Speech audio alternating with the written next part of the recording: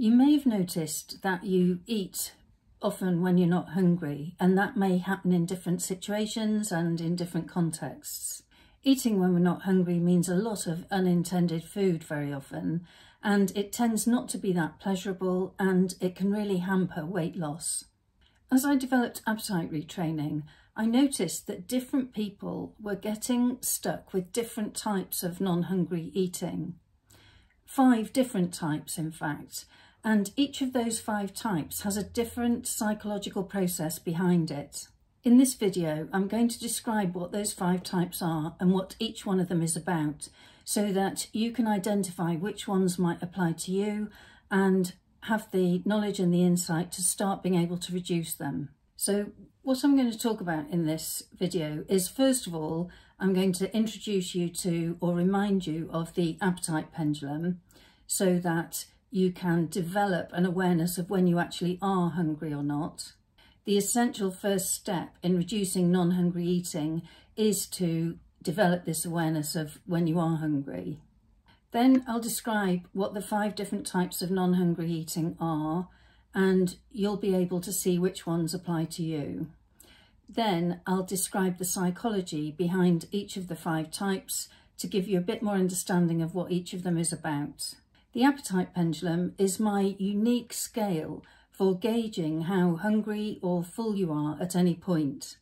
You can learn more about it in the video that describes it in a bit more detail. The link's in the description. Just for now, here it is. And the aim with appetite retraining is to space meals so that you are hungry by the time that you're ready for each meal, so that you're regulating your eating in tune with your body. When we're talking about non-hungry eating, I'm talking about eating that happens when we haven't yet got to the point of being definitely hungry. So we haven't yet got to -3 on the appetite pendulum.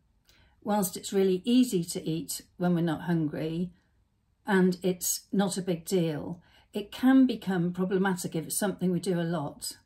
I think you might find it really illuminating to see what the psychology is behind non-hungry eating. And by identifying which types apply to you, you can get more of a handle on them and start to reduce them.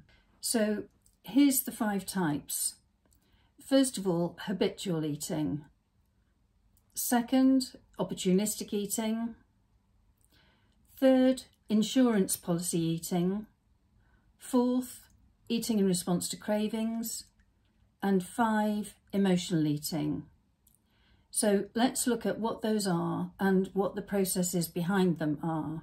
So what's the psychology behind each of these?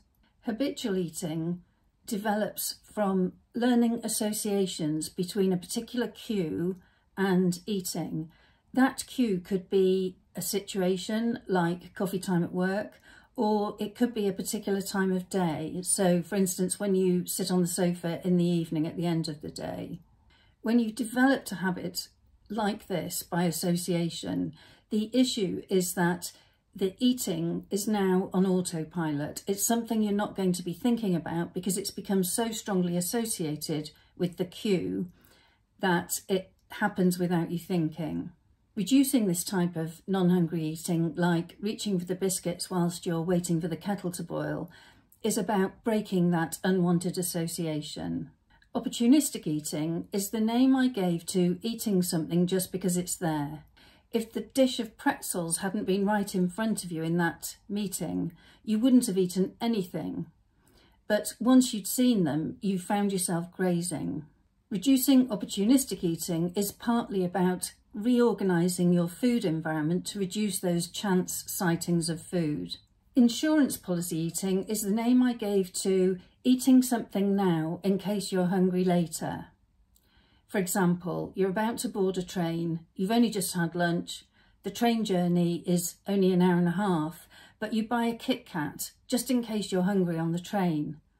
I'm giving you that example because it's something I've done scores of times myself. Insurance policy eating is essentially about anxiety. It's an anxiety that you won't be able to cope with feeling hungry. The way of reducing insurance policy eating is all about learning to manage that sort of anxiety. Cravings for particular foods arise from trying to recapture blissful taste experiences from the past, and they are developed by the way our minds then elaborate those memories. The psychological process that keeps cravings going is this elaboration, this mental elaboration of the image in your mind. And what helps is the interruption of this elaboration and redirection of your attention. Emotional eating, something we all do at times, is about attempting to regulate difficult feelings. In particular, it's about attempting to avoid the discomfort. The psychological issues behind emotional eating are emotion regulation and experiential avoidance.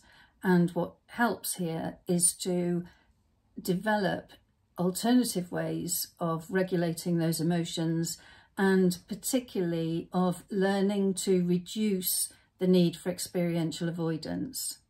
I'll explain much more about this in a future video. There are specific videos on each of the 5 types of non-hungry eating where I go into more detail so that you can understand them a bit more and you can learn techniques for reducing them. If you've been struggling with weight loss for a while and have experienced ups and downs, then you might find dedicated coaching from me helpful.